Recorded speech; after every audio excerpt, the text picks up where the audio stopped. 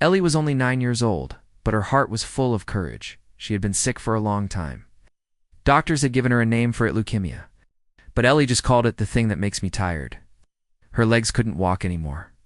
So she used a purple wheelchair. She was small and thin, with soft brown curls and big, hopeful eyes. One morning her mother, Clara, packed a bag and wheeled Ellie out of their small hotel room in London. "Where are we going, Mommy?" Ellie asked. "To see the Queen's Guards?" Clara smiled. Ellie's eyes lit up. "The real ones?" Clara nodded. "Yes." "The ones who stand still and don't smile." Ellie grinned. "They're so strong." "I want to be like them." Clara didn't say anything. Her heart felt heavy, but she kept smiling for Ellie. They made their way to Buckingham Palace. It was a cool autumn day. The sky was gray and leaves danced in the wind. Tourists were already standing near the gates, cameras in hand. People laughed, shouted, and tried to get a reaction from the royal guards. But Ellie wasn't there for fun. She didn't want to joke or shout. She just wanted to see them. As they reached the east gate, Clara found a clear spot close to the front. She pushed Ellie's wheelchair to the railing. One of the guards stood nearby, dressed in red with a tall black bearskin hat. He held a rifle and stared straight ahead. He didn't blink. He didn't move. Ellie stared at him in silence. Then, very slowly, she raised her little hand to her forehead. "I salute you, sir," she whispered. Her hand trembled in the cold air. Her thin arm shook from the effort. But she held the salute. Just like she had seen in videos, Clara stood behind her, tears filling her eyes. She didn't speak. She just watched. The royal guard didn't move. He was trained not to. No smiling, no speaking, no breaking posture. Not for anyone. Ellie kept her hand up for a few more seconds. Then her arms slowly fell. She looked down and said softly, "Mommy, did he see me?" Clara knelt beside her and gently held her hand. Her voice broke as she whispered, "Yes, love. He sees everything." But Ellie didn't turn around. She looked straight ahead, then quietly nodded. They stayed for a few minutes longer.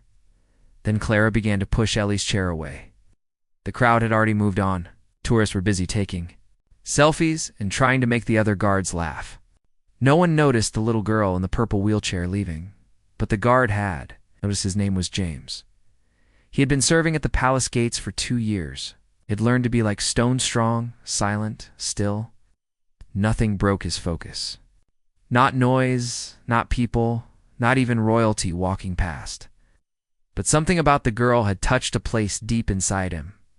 James had seen her out of the corner of his eye. The small figure in purple, the tired-looking mother, the thin arm rising in a perfect, respectful salute. He heard the tiny voice say, "I salute you, sir." But he didn't move. He couldn't. That was the rule. That was his duty. Still something about the way she said it stayed with him. "Mommy, did he see me?" That question hit him like a stone in the heart. He didn't show it, not then. He kept standing, eyes forward. But inside, everything felt different. The noise of the crowd faded. He didn't hear the people yelling or the tourists dancing for their videos. He only heard her voice.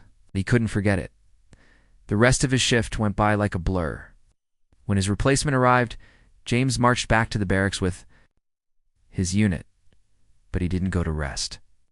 He walked straight to the palace's small security office.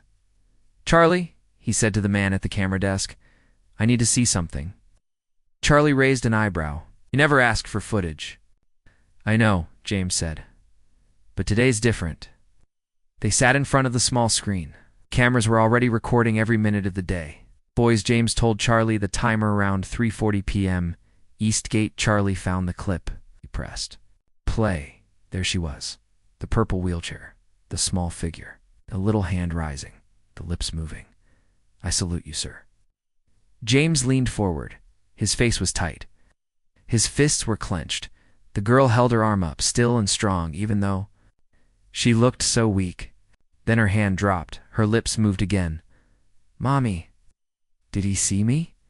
James looked away. He couldn't take it. Charlie didn't speak for a while. Then he whispered, Blimey. She wasn't playing around. No, James said. She wasn't. He sat there long after the video ended. His heart was heavy, his eyes stung, and his thoughts wouldn't stop spinning. He had done nothing. He had followed the rules. But deep down, he knew it wasn't enough. Something had to change. He stood up and walked out quietly. And in that moment, James made a silent promise to himself. If she ever comes back, I won't let that moment pass again. That night, James couldn't sleep. The barracks were quiet. Other guards snored softly in their bunks. But James lay awake, eyes open, staring at the ceiling. He couldn't stop thinking about the little girl in the purple wheelchair. Her voice kept echoing in his mind. Mommy, did he see me? Yes. He had seen her. He saw her tiny hand raised in a salute. He heard her soft voice, full of respect and hope, but he had done nothing. He had followed his training. Guards were not supposed to move, not supposed to speak, not supposed to react, but this wasn't a silly tourist playing games. This was a child, a sick child, full of bravery, who gave him the purest kind of honor, a salute. And James just stood there like a statue. I should have done something, he whispered into the dark room. The next morning, James woke up early. He didn't wait for breakfast. He went straight to the duty office and looked at the next week's schedule. He found the officer in charge. Sir, I want to be posted at the East Gate for the next 2 weeks. The officer looked at him, surprised. Any reason? James hesitated. He didn't want to explain everything. He just said, there's someone I hope comes back. The officer nodded. Understood. Later that day, James returned to his post at the East Gate. This time, he wasn't just guarding the palace. He was watching for someone small, someone strong, someone unforgettable. He waited all shift. The usual crowds came and went. Tourists laughed, took photos, waved their hands in his face. Some tried to dance. One even pretended to faint. But James didn't move. His eyes, however, kept searching. No sign of her. The next day, the same thing. Still no Ellie. But James kept showing up, wearing the same tall hat, the same red coat, and carrying the same rifle. He stood in the same spot, still and quiet. But inside, he was full of hope. Come back, he thought, just one more time. He needed to show her that, yes, he had seen her, that he respected her, that she mattered. After his shift on the 5th day, James sat again in the CCTV room with Sergeant Charlie. Any sign of her? Charlie asked. James shook his head. Not yet. Charlie looked at him kindly. You really care about this girl, don't you? James nodded slowly. Didn't do the right thing that day. I want to fix it. Charlie leaned back in his chair. People think guards are heartless, but they don't see what you carry inside. James didn't answer. But Charlie was right. Guards are trained to look strong on the outside, but that doesn't mean they feel nothing. Later that evening, something happened. A palace tour guide, Emma, came into the break room holding a small notepad. She looked around, then spotted James. You're the one who asked about the little girl, right? James stood up quickly. Yes. You know her. Emma nodded. I think so. I overheard something today. A woman was talking to another visitor.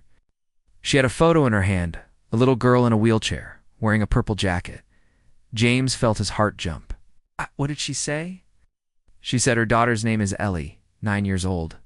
She has leukemia. Terminal, the doctor said. Shh. James sat down slowly. The words hit him like a wave. Emma continued. She said this trip to London might be her daughter's last. They didn't go to beaches or theme parks. They came here because Ellie didn't want to be a princess. James looked up. She wanted to be a guard. Emma smiled softly. Exactly. I get better. I'll be the first girl to stand like him. It won't blink either, not even once. James couldn't speak. His throat tightened. He closed his eyes, and for a moment he saw Ellie again saluting, waiting, hoping. She's more of a soldier than I'll ever be, he whispered. Emma gently touched his arm. Maybe you can give her something back. That night, James wrote a short letter. He didn't sign it, didn't know if he would ever give it to Ellie, but he wrote it anyway. It's the bravest little guard I've ever seen. Yes, I saw you. I will never forget you. The next morning, he pinned the note inside his jacket pocket and took his post once more at the east gate. He looked out over the crowd, searching every face. Please, he thought, let her come back. He didn't care if it broke the rules. This time, he would do something. He would nod, salute, smile, anything, just so she would know the truth. He had seen her. One cold morning, 10 days after the little girl first visited Buckingham Palace, the East Gate guard stood in place again. James stood tall in his red coat, black bearskin hat on his head, rifle by his side. His face was like stone. His body was still. But his heart was not still. Inside, he was full of hope. Today might be the day she came back. The crowds came like always. Tourists laughed, took pictures, tried to make the guards move. James didn't care about any of them. He was waiting for one face. Then, at exactly 3:45 p.m., he saw her. A small purple wheelchair appeared behind the barrier. Her mother, Clara, pushed her slowly toward the gate. Ellie wore a wool coat and scarf.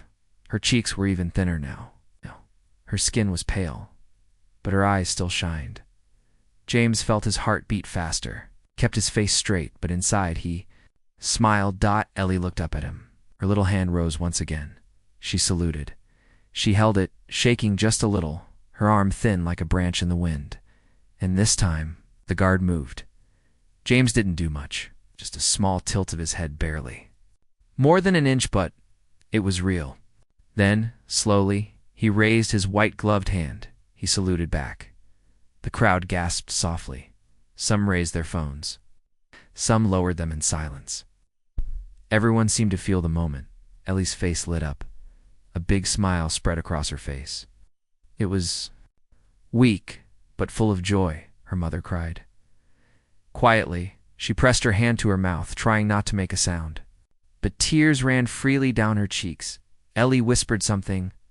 "Mommy, he saw me." James held the salute for 5 full seconds, then gently lowered his arm and returned to his post. He didn't move again after that, but the moment had already happened. The next day, James went to the palace's security office and asked Charlie if he could find out more about the girl. Charlie smiled. "I think you've earned it." Through quiet help from Emma, the part-time guide, and with Clara's permission, James learned everything. The little girl's name was Ellie Carter, 9 years old. She was from a small town 2 hours away. Had leukemia, and doctors said she didn't have much time left.